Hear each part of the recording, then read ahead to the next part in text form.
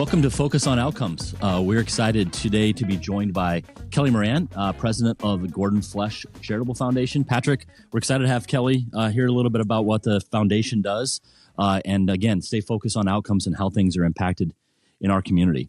So the Gordon Flesch Charitable Foundation's mission is to enrich lives through local community organizations that assist people of all age levels with disabilities, illness, hardship, or disasters. So a pretty cool mission. Kelly, maybe you can tell us a little bit more about the foundation and maybe a little bit more about how you came to be involved. Okay, well, I started getting involved. I've been involved with it a lot just because I worked here at Gordon Flesch for, 38 years. So I got to see the foundation interact with different charities and different branches for quite some time. My involvement started when Patrick reached out to me. I was a whole, maybe 9 months into retirement. So he reached out because Cheryl Halverson, who had the role of president before, was stepping down starting in January of 2024. So Patrick asked if I wanted to be involved in this particular role. I jumped at it really because I've always been passionate about the foundation. It gave me an opportunity also to continue to work with people in the company. I mean, I've been working for the company for all those years. And so it gave me kind of another connection back in, but mostly it's just to participate in this foundation. So that's my involvement with it. But the foundation really got its start back in 2002. This is just shortly after 9/11. Tom, John, and Bill Flesch, the owners of the company, just got real passionate about doing something to give back to the communities, kind of in the spirit of what happened after 9/11. The company used to have some pretty elaborate Christmas parties for the employees. We started to back that up a little bit, not do, spend so much money, kind of redistribute those funds over to this particular charity to do what you mentioned, the mandate to help people who are affected by disease, illness, disaster. And so they started that foundation at the time. And I think what's pretty neat is they built it in such a way or designed it in such a way that it was really run by the employees, which we can get into a little bit more if you want. But that's kind of how it got its start. And so it's been going, 22 years now since the inception of it. Yeah, that's very cool. So you mentioned that it's employee run or the decisions are made by employees. What makes besides that, what makes the Charitable Foundation unique? Well, I think part of it is in that mandate, it's the funds that we have. We're not giving millions of dollars away to every charity, which is what it would take to have some of the larger charities feel the impact. This is unique because we're looking for kind of grassroots organizations where maybe a $5,000 or $6,000 or $7,000 contribution is going to have a big impact. So I think that's unique about it. And the fact that, like I said, it's employee run. The owners don't make the decisions on where the funds go. They don't select the charities. They've turned it over completely to the foundation. And so those decisions are made by the board. There's 7 board members, one from each of our marketplaces, plus myself. And we really look at those charities and make sure that they fit that mandate, because we'll get maybe 150 to 175 applications in a given year. And we have to decide which of those fit that mandate and then how much, what dollar amount will have a big impact. And so 100, that's a lot of applications. I didn't realize it was that significant, which is really cool. And I think a lot of times employees of the organization are the ones recommending charitable organizations that they're involved in or that they hear about, and you kind of help them get in the application process. But how many annually on average receive funds? So just this year, so this is my first year out, and we just completed that award cycle, if you will. And we supported 39 charities. But we also have what we call an emergency relief fund, and that is kind of separate. And so we provided funds for 2 different organizations in Iowa because of the flooding that they had throughout the spring. Yeah, so it's kind of an emergency out there to help people that were, flooded out of their homes and provide food and that type of thing. So we provided funds to 2 of those. So 39 and then 2 emergency contributions that we did. Okay, cool. Yeah. So 38 years with the company. That's a long time. And it was an okay career.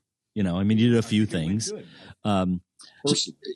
So it's a good point. There's 2 sides to every perspective.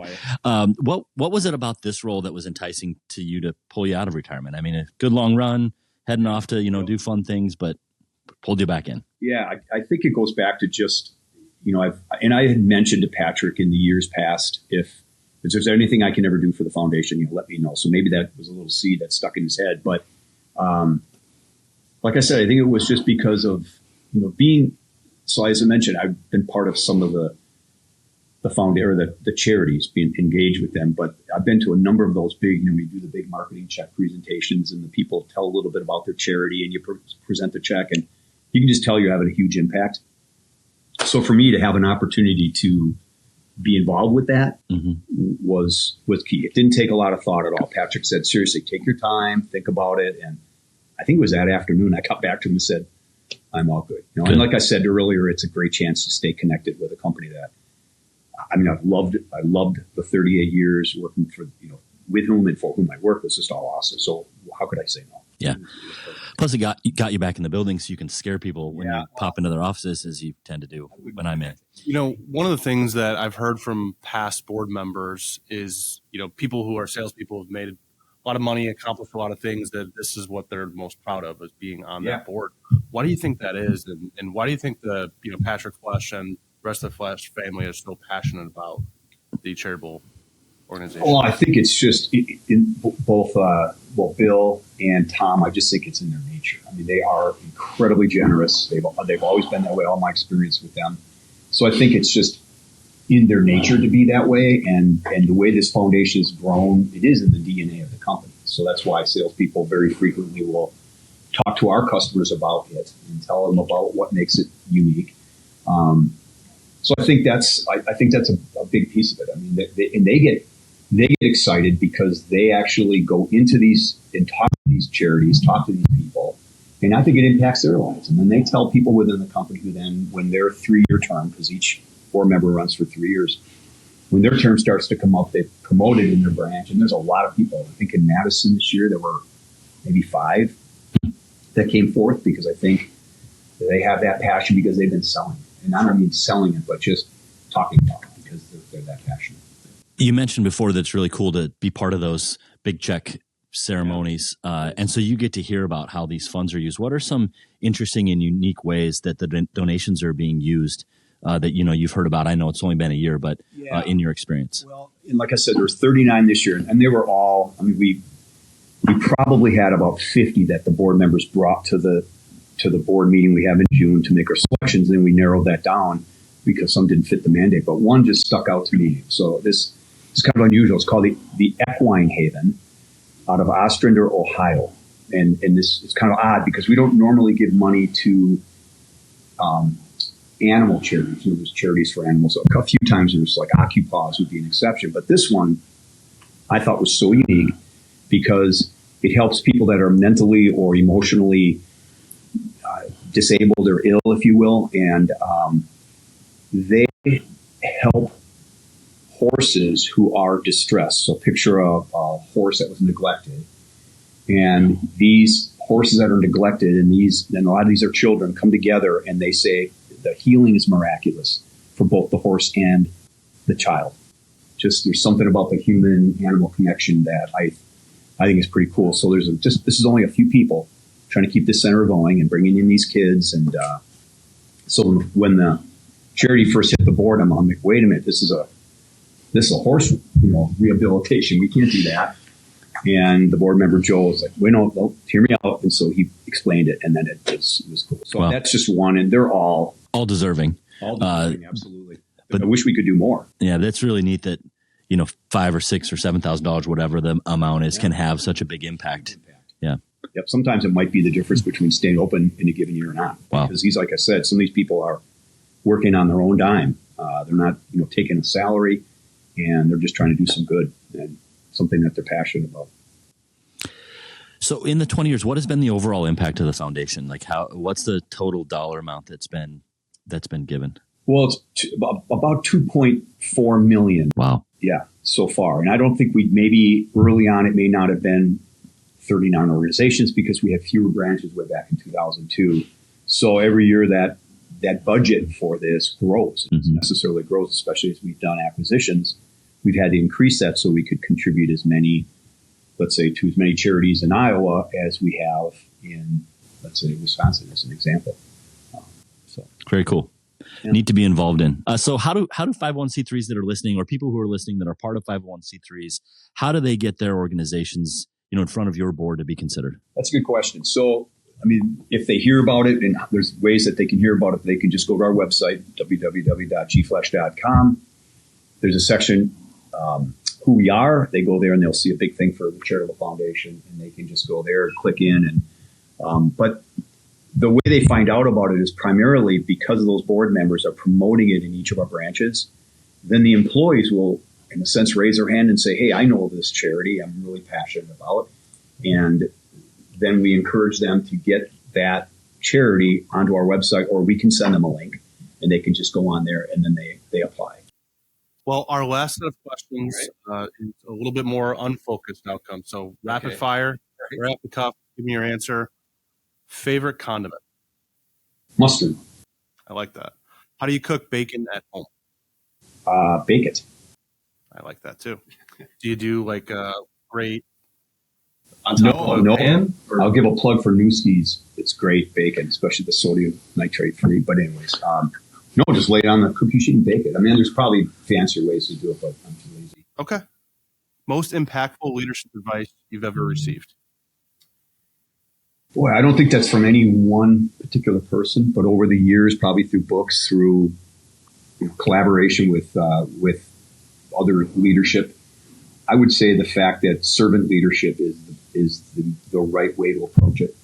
Being a servant to the people that you're working with, to the team that you're with, and just not expecting anything of them that you wouldn't do yourself. So expect of yourself. So I'd say servant leadership. What's your airplane seat preference? Aisle. When you're younger, it's window. When you're older, it's aisle. Favorite meal to go out for? Breakfast, lunch, dinner? I would say probably Japanese, that hibachi style, just because you can't easily do that at home. It's kind of entertaining, but most other food you can probably do even better at home. Favorite city to rent an Airbnb? I've been a reason why this is on here. I've really only done one. For that type of person, by the way. I've only done really one, and I can't say it's my favorite. It was really probably the closest to a Twilight Zone Outer Limits experience I ever have. Maybe Jeff could remember the name of this one. It was Boston. I remember that specifically. Did you sleep in the Airbnb all the nights that you anticipated? No, I almost slept on the street, but I actually found a hotel at about 4 hours. Somebody should have maybe texted you the proper code to get in. There's a backstory there. Sorry. It's maybe another podcast. Well, that's it. You passed the test. Yeah. Thank you, Kelly. Very unfocused. So, really exciting to have you as part of this. It's exciting to hear about the Charitable Foundation's mission and the impact that it can have. Just one last plug, remind everyone how they can get involved or how they could apply. Yeah. So again, what I would say is you go to our website, gflesch.com. You'll see a section, like I said, that says who we are. And then there'll be an area for the Charitable Foundation. They can go on there. It'll tell them all about the foundation, how to apply. There's basically, they fill out an application. There's a few forms that are required so that we have the paperwork that we need to go through. And that period of time runs from January 1st to March 31st. So that's the window. So if they're going to get involved or they're going to look for some support from the foundation, they're going to want to do it during that window, because after that point in time, we spend the next 3 months or so kind of whittling it down from that group and then making those decisions in June.